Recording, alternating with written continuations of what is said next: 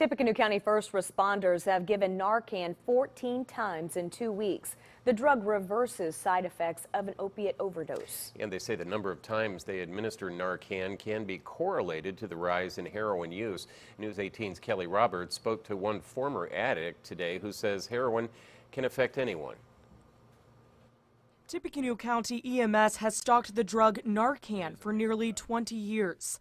It can reverse the side effects of an overdose from opiates like heroin. It is becoming pretty much the norm any day. Since the beginning of 2015, County EMS Director Daryl Clay says first responders have given Narcan 38 times.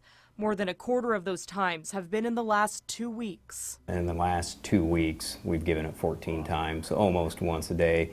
We did have one particular day, though, where it was administered 3 times. March 3rd was the day Narcan was given 3 times. In one of those cases, Clay says the patient died. Thank you for calling Z-Bird. This is Lindsay. For more than 5 years, Lindsay Norris was addicted to heroin before getting clean at Trinity Life Recovery in Crawfordsville in 2012.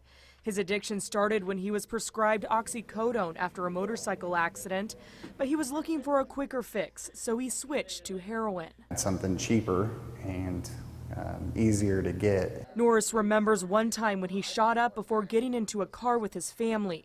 He became unconscious. It was one of the strangest things that I've ever experienced. I can't say that I talked to anyone or saw anyone, but I do remember waking up just crying. Like a lot of addicts, even after an overdose, Norris kept using. He's now a manager at Z-Bart in Lafayette, where 2 of his co-workers have had a family member die of a heroin overdose in the last week. Heroin affects everybody. There's nobody that it can't come after. Clay says paramedics are on their way of administering more Narcan than the 183 times it was given last year. I think it can be correlated to the heroin trend. I mean, heroin has had a significant increase back in our community. Kelly Roberts, News 18.